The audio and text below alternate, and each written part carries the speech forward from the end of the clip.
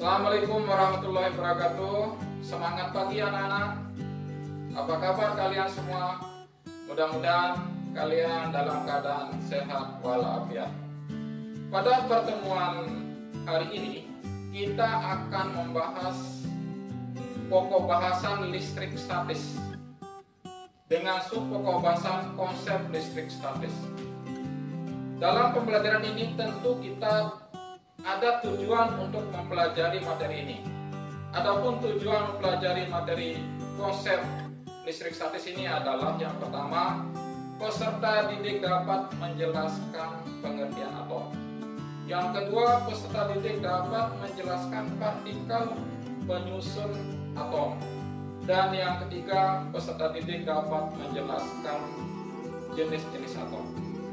Baiklah anak-anak, kita mulai pelajaran kita hari ini. Sebelum kalian membahas tentang subpokok bahasan tersebut, tentunya kalian sering melihat fenomena-fenomena alam sebagai berikut.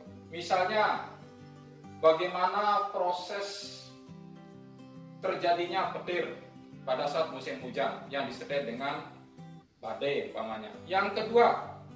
Contoh yang kedua yang sering kalian lakukan percobaan, misalnya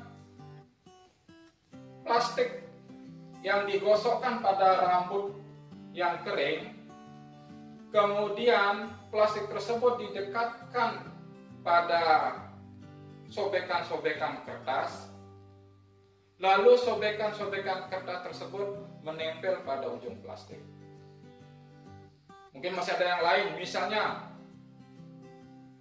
mengapa rambut atau bulu yang ada pada tubuh seseorang ketika didekatkan pada layar televisi yang baru dihidupkan atau yang barusan dimatikan, lalu rambut atau bulu pada badan orang tersebut itu tertarik ke layar tersebut. Nah, untuk memahami berbagai peristiwa tersebut, kita perlu memahami dulu tentang atom. Apa itu atom? Jadi misalnya, jika sebuah benda atau zat, kemudian ada bagian terkecil dari zat tersebut yang tidak dapat dibagi-bagi lagi dengan bagian menjadi bagian yang paling kecil, itulah yang kita sebut sebagai atom. Lalu apakah cukup dengan itu? Ternyata di dalam atom terdapat beberapa bagian atau partikel penyusunnya. Yang pertama, di dalam atom terdapat inti atom atau kita sebut sebagai nukleus. Nukleus itu terdiri atas proton dan neutron. Kemudian di luar inti ada bagian yang selalu mengelilingi inti. Nah, penyusun tersebut kita sebut sebagai elektron. Proton bermuatan positif, neutron tidak bermuatan, kemudian elektron itu bermuatan negatif. Nah, seperti yang kalian lihat ada contoh berikut, misalnya ada atom, kemudian kalian lihat di situ ada elektron yang selalu berputar mengelilingi inti atom tersebut. Ingat, inti atom terdiri atas proton dan neutron. Sekarang kita lanjut. Setelah kalian memahami bagian-bagian dari inti atom dan bagian dari luar inti atom, maka kita akan mengenal namanya teori atom. Yang pertama, atom terdiri atas partikel-partikel. Yang pertama proton bermuatan positif, kemudian yang kedua neutron tidak bermuatan, dan yang ketiga elektron bermuatan negatif. Yang kedua, proton dan neutron membentuk inti atom yang dikelilingi oleh elektron-elektron.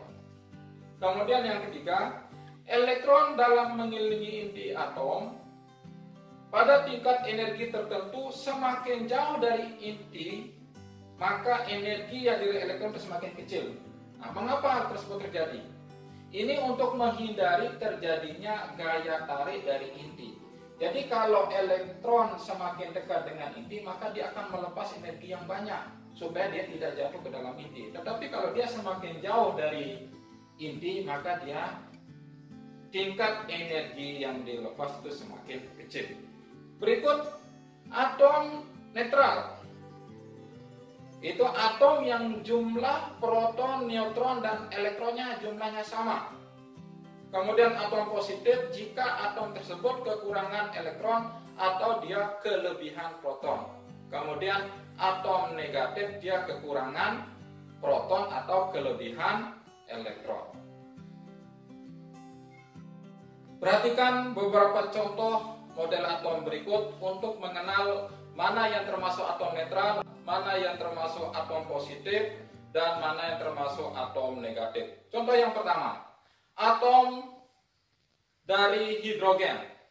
Jika kalian perhatikan gambar tersebut, maka kalian akan melihat di situ bahwa jumlah proton, jumlah neutron, dan jumlah elektron dari atom hidrogen tersebut itu sama. Sehingga dikatakan bahwa atom hidrogen merupakan atom netral.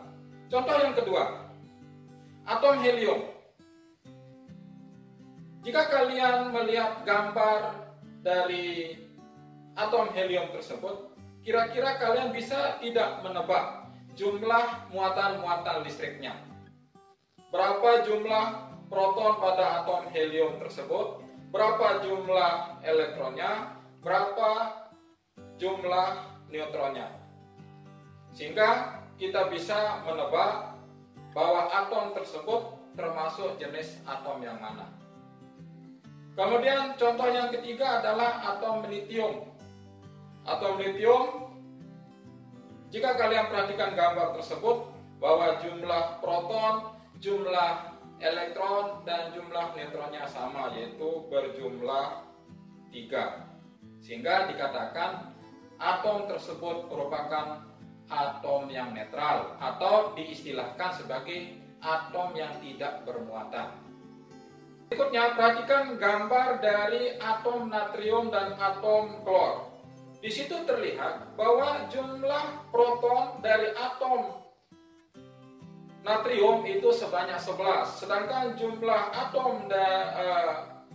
proton dari atom klor itu sebanyak 17.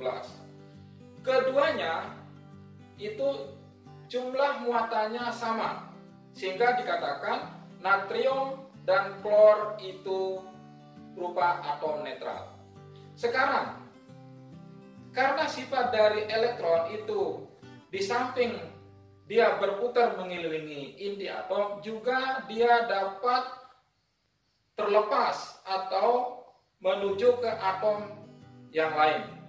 Contoh di situ bahwa elektron dari atom natrium itu akan berpindah ke atom klor dari 11 menjadi 10.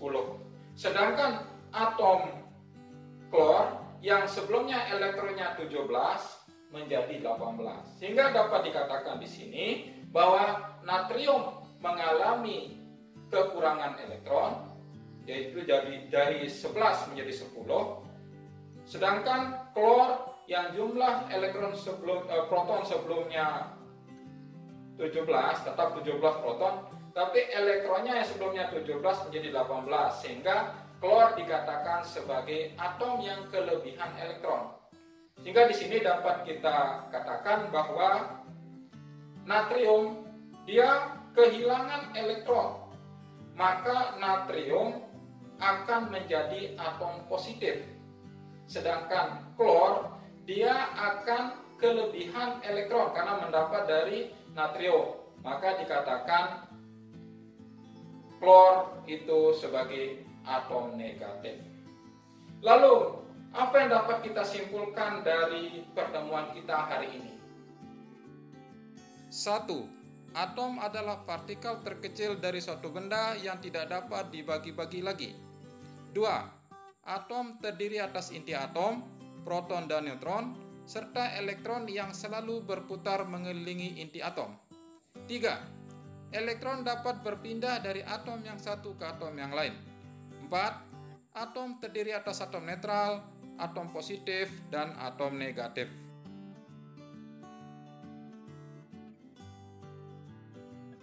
Pada pertemuan berikutnya kita akan bahas mengenai muatan listrik pada benda.